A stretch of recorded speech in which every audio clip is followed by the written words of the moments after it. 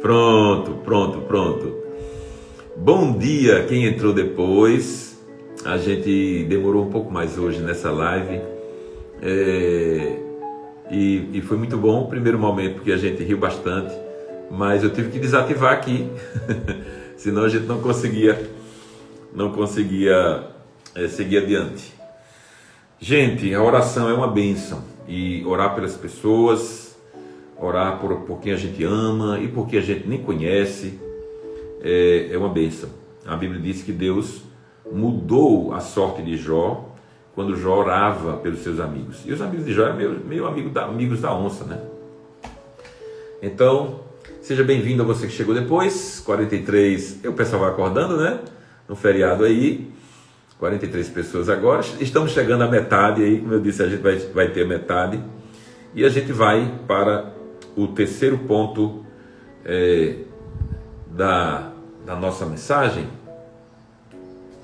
que é o seguinte, que é um assunto muito importante, um assunto assim, absolutamente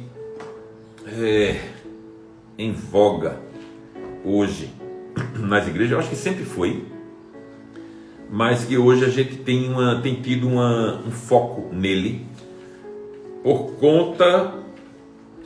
conta da dificuldade da rebeldia de muitos. Veja, a gente está falando, a série é 40 dias com propósito. O sermão foi, eu fui criado para pertencer à família de Deus. Esse é o sermão, essa é a mensagem. E a gente tratou aqui como é que a gente cresce na família da fé. Então eu cresço na família da fé quando entendo o que é a membresia e por entender escolho pertencer à família de Deus. Eu cresço na família da fé quando entendo o que é amizade e aprendo a compartilhar, né? E hoje eu cresço na família da fé quando entendo o que é ser família espiritual e assim aceito uma nova paternidade. Ok? Primeira carta de Paulo aos Coríntios, no capítulo 14, no capítulo 4, versos 14 a 17, diz assim: eu não estou tentando envergonhá-los ao escrever estas coisas, mas procuro adverti-los como a meus filhos amados. Então Paulo considerava, ou melhor, ele usou a metáfora, né? A metáfora. Filho biológico é o que está na cabeça de todos nós. Então a gente sabe que a gente é filho, que a gente é pai e que a gente tem um pai, tudo bem, certo? E Paulo usa a metáfora para dizer, olha, eu advirto vocês como a filhos amados. Verso 15. Embora vocês possam ter 1000 tutores em Cristo, vocês não têm muitos pais, pois em Cristo Jesus eu mesmo os gerei por meio do Evangelho. Percebe? Então Paulo tinha essa convicção de que ele era um pai que gerava filhos no Evangelho. Verso 16. Portanto, suplico-lhes que sejam meus imitadores. A ideia é que filho imite o pai. 17. Por essa razão, estou lhes enviando Timóteo, meu filho amado. Percebe? Isso é paternidade. Estou enviando Timóteo, meu filho amado e fiel do Senhor, o qual lhes trará à lembrança a minha maneira de viver em Cristo Jesus, de acordo com o que eu ensino por toda parte e em todas as igrejas. Essa é a palavra do Senhor, por ela nós damos graças a Deus. Muito bem, paternidade, orfandade. Esse é o mal que assola no meio do Evangelho, a orfandade. Assim como tem filhos órfãos nas famílias biológicas, há filhos órfãos nas igrejas. E é terrível, especialmente para quem é órfão. Então tem muita gente que te chama de pastor ou te chama de pai espiritual, mas é órfão, né? Infelizmente tem isso. Então a gente cresce e as pessoas não crescem. As pessoas estagnam, né? Estacionam, ficam ali paradas e não evoluem. Aí a ideia da gente aqui é crescer na família da fé. Então a gente cresce na família da fé quando a gente, entendendo isso, a gente aceita a paternidade. Aceita a paternidade. Então assim, nós colocamos aqui as células, né, há muito tempo, e eu não sei se são 18 células que a gente tem hoje. Uma célula minha começou, tem 2 semanas, né, então eu dirijo uma célula com os líderes de células, né, e tem sido bênção. Então assim, o líder de célula é um pai espiritual, ele gera filhos espirituais, certo? E as pessoas começam a ver naquele líder de célula um canal para melhorar como crente em Jesus Cristo, para melhorar como pessoa, busca para conselho, e muitas coisas nas células são filtradas para não chegar no gabinete pastoral, né? A questão não é diminuir o trabalho do pastor, não. A gente trabalha o tempo todo. A questão não é essa, a questão é você fazer fluir. Porque imagina, se um pastor, ele é pastor de 100 pessoas, e ele tem uma certa carga de trabalho com aquele rebanho, e esse rebanho aumenta para 200, o que fazer? Aumenta para 300, o que fazer? Se chegar a 500, o que fazer? Então ele tem duas opções: ou a cada grupo de 80, 100 ele bota um pastor, ou então ele gera células, e as células, em cada célula tem um líder espiritual que vai filtrar muita coisa.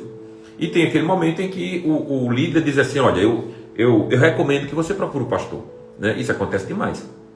Então ele é um pai espiritual. Então a gente precisa aprender a aceitar essa paternidade espiritual. E Paulo entendia que Timóteo era um filho que ele gerou, e tantos outros, Tito, né? Filemon e Apolo, né? E Barnabé são filhos, né? Que Paulo, Silas, né? Que Paulo gerou. Alguns começaram com ele e outros ele gerou, né? Então é preciso entender o que é família espiritual. Se a família biológica, cada um tem o seu papel na família biológica, pai, mãe, filhos, irmão com irmão, e existe, cada um desempenha o seu papel. Na família espiritual não seria diferente, cada um tem o seu papel. Então os líderes de células são uma bênção na igreja hoje. A igreja tem muito mais possibilidade de crescer por causa das células, porque aí você tem em cada célula uma paternidade, né? Aqui a gente tem excelentes pais espirituais, né?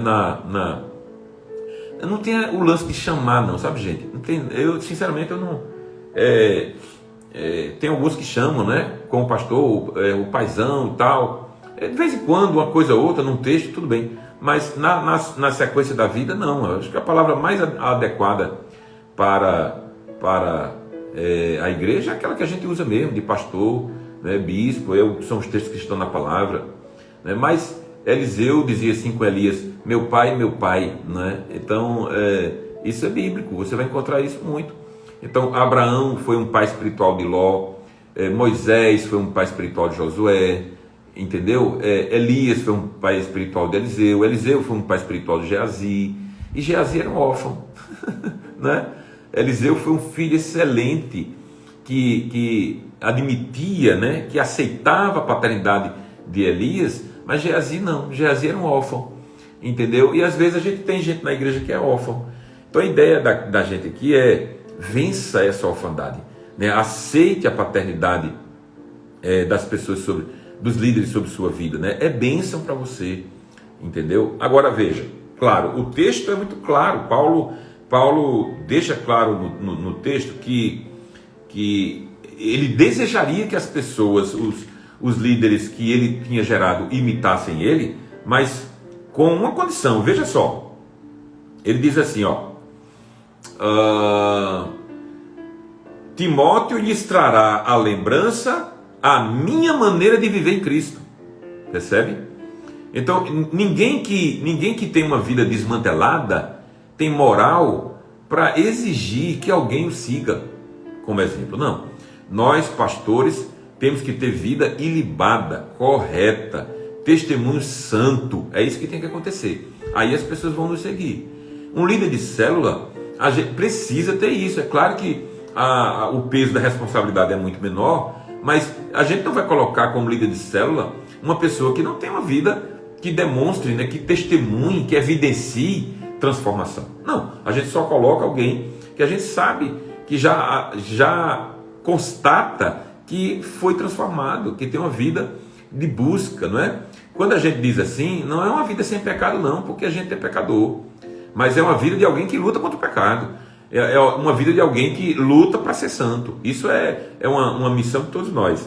Então Paulo diz assim, eu sou alguém que você pode imitar. Ele diz, versículo 16, sejam meus imitadores. Mas olha, eu tenho uma maneira de viver em Cristo, que atesta que você pode me imitar. Em outra passagem ele diz assim, sede meus imitadores como também eu sou de Cristo.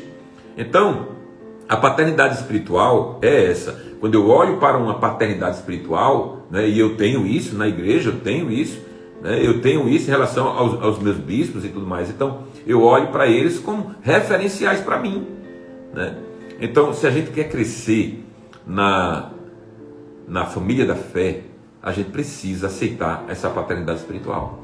Precisa perceber que há pessoas que podem ajudar você a crescer. Então, por isso, não há como ser cristão sem a igreja. Rejeite isso em nome de Jesus.